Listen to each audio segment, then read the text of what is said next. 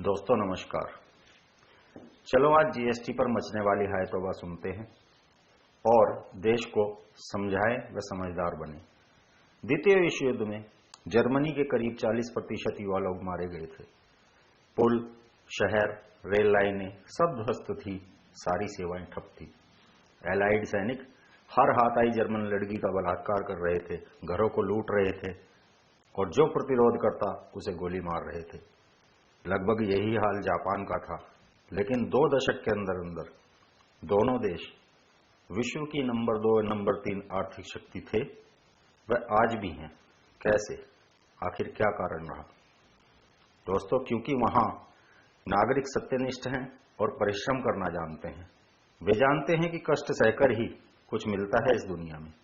और हां, इस तथाकथित विश्व गुरु देश में एक जीएसटी क्या आ गया, लगता है आसमान अब गिरा कि तब गिरा। हर आवाज पर लगता है कि शायद आसमान का कोई टुकड़ा होगा। अगर जीएसटी आज की लाइफ का डिस्क्रिप्शन है तो रेल आरक्षण का कंप्यूटरीकरण भी डिस्क्रिप्शन था, बैंक का कंप्यूटरीकरण भी डिस्क्रिप्शन था। दोनों के कर्मचारियों ने खूब छाती पीटी, हंगामा किया था। आज दोनों के बगैर जीवन की कामना कर सकते हैं। मोबाइल आए तो वामपंथी आंसू भर भर कर रोए थे। रोटी नहीं है, टॉयलेट नहीं है, चिल्लाए थे। मोबाइल के बिना आप जीवन की कल्पना कर सकते हैं? आप इस देश में ही 1947 में 2 करोड़ लोग और 1971 में 1 करोड़ लोग अपना सब कुछ गंवा कर आए थे। कुछ तो तन के कपड़े भी गंवा कर आए थे। उन्होंने भी जीवन शुरू किया फिर, और बाकियों से अच्छा ही जी रहे हैं। टैक्स चोरी इस देश का बहुत बड़ा व्यवसाय है, इसलिए कोई और व्यवसाय यहां खड़ा नहीं हो सकता। आवश्यकता ही नहीं है। जीएसटी से इसी धंधे पर चोट पड़ने वाली है, इसलिए इतनी ज्यादा हाय तौबा मची हुई है। कह रहे हैं कि मोदी को हरा देंगे, जेटली को हरा देंगे। हरा दो, उनका तो कोई बाल भी बाका नहीं होगा। जिसका यहां नाम नहीं बोला जा सकता, क्या आपको नहीं पता हारने के बाद मोदी या जेटली की जीवन शैली पर कोई असर पड़ेगा? नहीं पड़ेगा। जो असर पड़ेगा उन बेटियों पर पड़ेगा जिनसे बसों में बलात्कार होते हैं, उन बेटों पर पड़ेगा जो 6000 की नौकरी के लिए जूते घिसेंगे। क्या आपको नहीं पता कि टैक्स चोरी व बलात्कार और बेरोजगारी में क्या संबंध है? नहीं। आपको टैक्स चोरी का हक है तो पुलिस वाले को रिश्वत खाने का क्यों नहीं? आपको टैक्स चोरी का हक है तो टैक्स अधिकारी को रिश्वत का हक क्यों नहीं?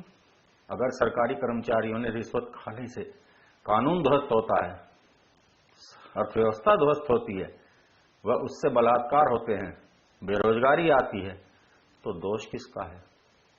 इस देश का हर व्यक्ति सोचता है कि मैंने कर चोरी की क्योंकि ये मेरा अधिकार है, लेकिन दूसरा कर रहा है तो ये उसका भ्रष्टाचार है। प्रकृति इतनी मूर्ख नहीं है दोस्तों। प्रकृति ने सब कुछ संतुलन में किया हुआ है। लोग मेहनती व सत्यनिष्ठ होंगे तो देश संपन्न होगा। देश संपन्न होगा तो बेटियां भी सुरक्षित होंगी। नहीं तो कैराना छोड़कर भागने के लिए और अगला डॉक्टर नारंग बनने के लिए तैयार रहिए।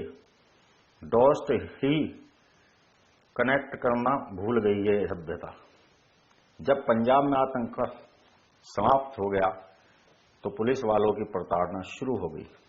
केपीएस गिल साहब ने तब एक लेख में एक उर्दू का शेर लिखा था, वह तो याद नहीं, लेकिन उसका मतलब कुछ इस प्रकार था कि हे भगवान, इस देश में मुझे पैदा क्यों किया?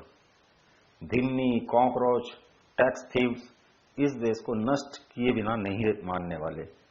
और बाकी सब ठीक है, केवल क्रिकेट के अलावा, क्योंकि क्रिकेट अब भगवान बन चुका है।